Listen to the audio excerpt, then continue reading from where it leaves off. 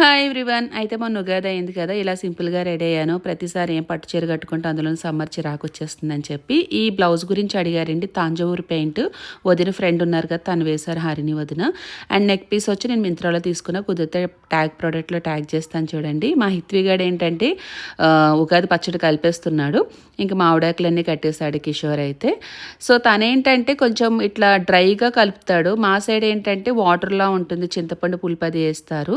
So, మొత్తానికైతే పూజ అయిపోయిన తర్వాత ఉగాది రోజు ఇట్లా మావయ్యకి ఇష్టమైనవి అన్నీ పెడతారు. సో, ఇంకా యాజ్ యూజువల్ ఒక చిన్న ఫోటోషూట్ ప్లాన్ చేసుకున్నాం మా ఫ్యామిలీ వాళ్ళం. ఇంకా తినాలి కదా, ఆకలేసేస్తుంది పొద్దునుంచి ఏం తినలేదు. మా అమ్మ చేసింది ఇవన్నీ.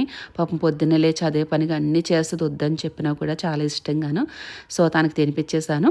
అయితే మామిడాకులు అన్నీ ఉన్నాయి కదా అని చెప్పి, మొదటి ఉగాది కదా అని చెప్పి, సో హిత్వికకి ఒక చిన్న ఫోటోషూట్ ప్లాన్ చేశాను. మొత్తానికైతే ఇట్లా సెట్ చేశాను ఉగాది రోజు. ఇప్పుడేంటంటే అసలు సిసలైన టాస్క్ మొదలవుతుంది మాకు. ఒక్క ఫోటో కోసం ఎంత వెయిట్ చేస్తామంటే, వాళ్ళ నాన్న ఉంటే ఫొటోస్ బాగా తీసుకుంటుందంటే, అబ్బే లేదు ఎవరున్నా నేను ఇంతే అన్నట్టుంది.